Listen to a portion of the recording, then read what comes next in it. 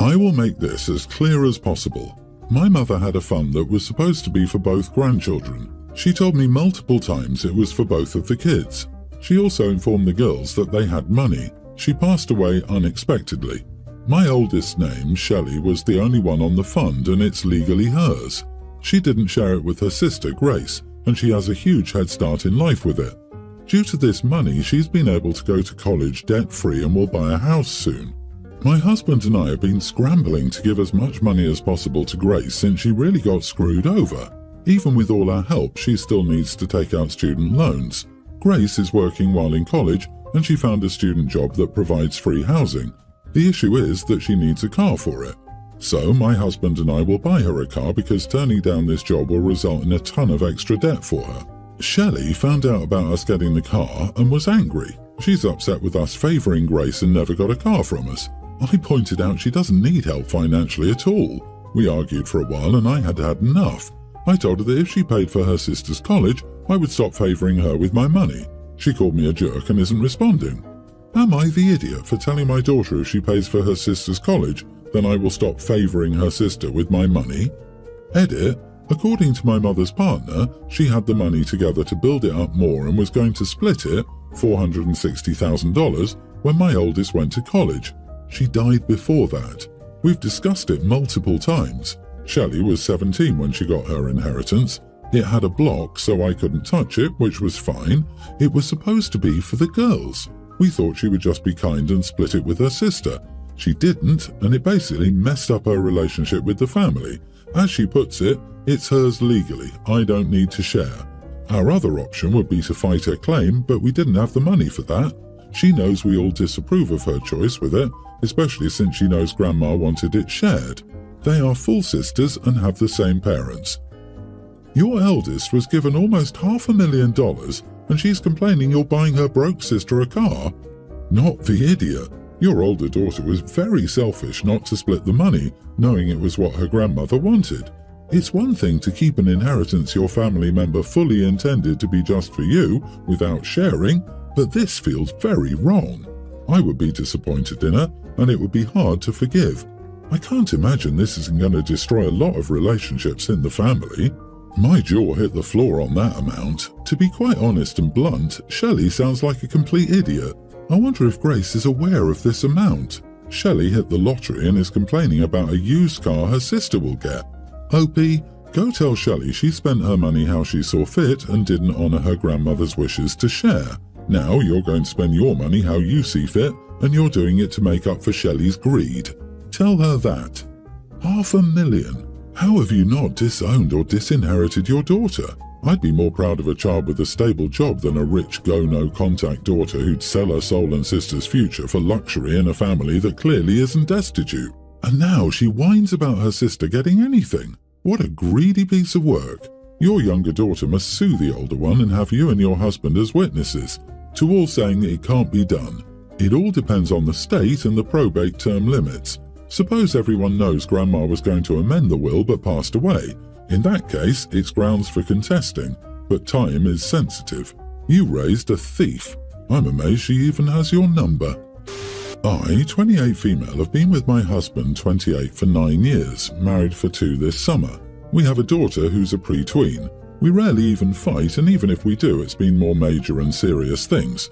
This, to me, was a minor issue, but it's now turning into the most significant argument we've ever had.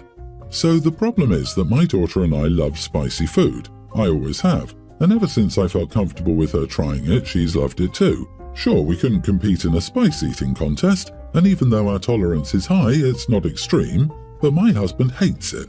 He's one of those people who thinks spice is unnecessary and only likes to use salt and pepper. This is not a problem. Sometimes I make a batch that suits his taste and another one for our daughter and me. Sometimes our daughter and I will just eat to his liking, as too little spices is easier to handle than too much as it would be for him. Now, this Saturday he was away with friends to pick up some car parts. It was a 12-hour drive and they left at about 9. I went ahead and ordered from an Indian place that our daughter has as her favourite. My husband also likes this place and just orders something mild when we eat from there. Since my husband wasn't home, I didn't order him anything as I thought they would have eaten on the road. When he got home, he greeted us, then immediately went to the fridge and saw some boxes left of food. When he opened them, he noticed he couldn't eat them. Now we argued for just about 5 minutes. The consensus of the argument was him saying that I should have thought about him and ordered him something, or I should have asked him if he'd eaten or wanted anything. I argued that I would have probably done so if it was just for a few hours he was away, but he was away for over 12 hours and came home about 4 hours after we usually eat, so I assumed he'd eaten. Now he's barely talked. He cooked his dinner for himself because, in his words, I can't be bothered. He texted me from the living room when I was cooking for me and our daughter that he hoped I was happy to have my food my way now. He's extremely weird about this. He's never acted this way about something like this, and I'm getting even more confused by it all. Your husband should have told you when he was coming home. He was planning to eat dinner even though he was getting home hours after dinner. Late enough, you would have reasonably thought he would have fed himself somewhere along the road. Not the idiot for not being a mind reader. Any reasonable person would have thought, oh, husband won't be home for dinner, now is a good time for the kid and me to get some hot food. Why didn't you cook? Why didn't you think of me? Why didn't you order me this even though I'm not home? Info. Does he need you to wipe his butt too? What is it with these grown men on here who can't feed themselves? My man would live on Hot Pockets and ramen noodles if I didn't cook, but at least he'd eat. OP, I think your husband seems to have some underlying issue. Maybe he's feeling underappreciated in some respect, in or out of the home, undervalued, or has low self-esteem for some reason.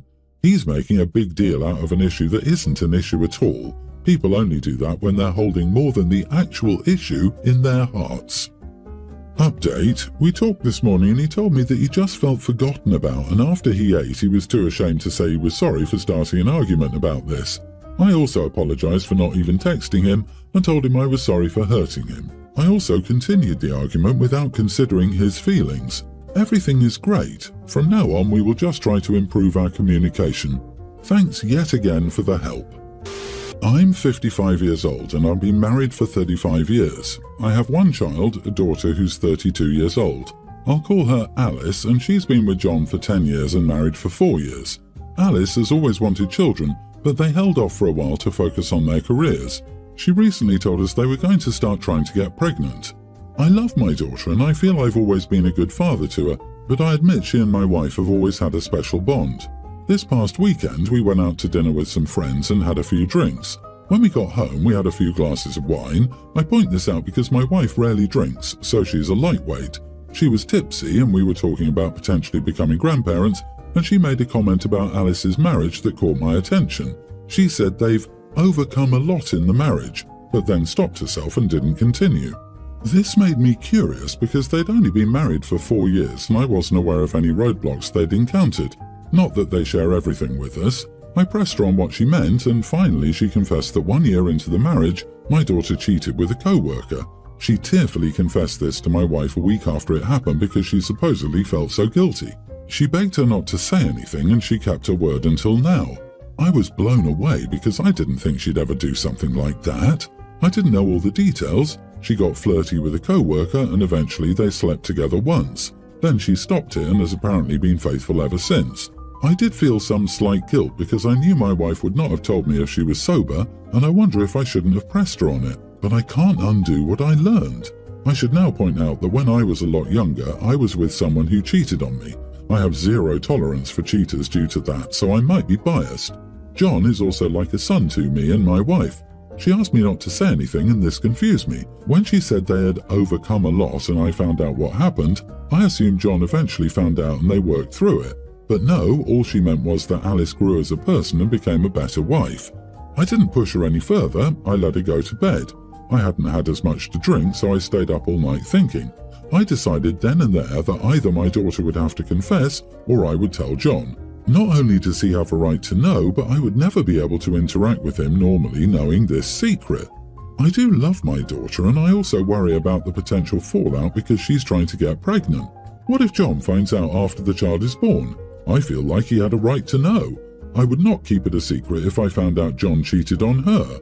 The next day was Sunday and I knew I needed to talk to my daughter. My wife was against this, but I did end up having her come over the next day. It did not go well. First, she blew up at her mother for telling me. Then she yelled at me when I told her either she should confess or I was telling John. She said it was none of my business, etc. I disagreed. John is part of the family. She said I would destroy her life if I did this, she'd hate me, etc. She stormed out. Well, I did tell John, and the fallout is tremendous. John packed his bags and left the home the next day. He's apparently refusing to try counselling and intends to pursue divorce. Everyone hates me, my daughter hates me, and my wife is also not my wife. All our family members say I overstepped. I've spoken to some of my friends, and they said I blew up my relationship with my daughter over this. The only one showing me any kindness was John, who thanked me for telling him. My wife isn't on my side. I suspect this is because she was hoping for grandchildren. We both were. I just feel like I didn't blow up their relationship. Alice is the one who cheated and lied. I love her to death, and now I wonder if I made the right choice. Should I have just kept this to myself?